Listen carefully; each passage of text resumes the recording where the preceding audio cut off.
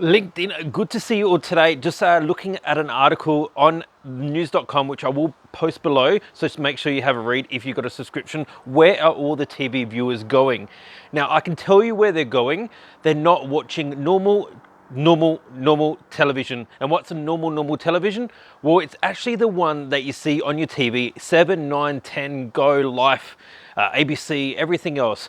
What's happening to these viewers? They are watching quality TV brought to you by content producers such as Netflix, Amazon, and other services. You know, what we see on TV today is really gone to crap.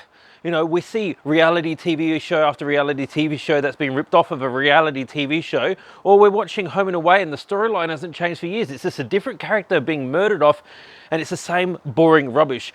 Now, thanks to places like Netflix, we get amazing content that they produce and new storylines. We get different sort of, ideas and documentaries and things that we've never been able to see before.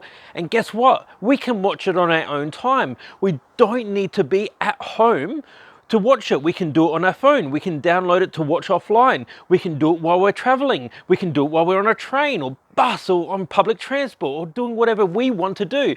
And guess what? Television prices for commercials are still too expensive. And yet articles like this come out and people still turn around and go, we still want to do TV.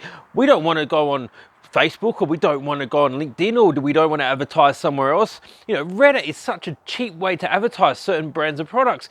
You know, if we all got some sort of service, advertise during certain TV shows if you must, but more than likely it's a lot cheaper and a lot cost effective to do it online.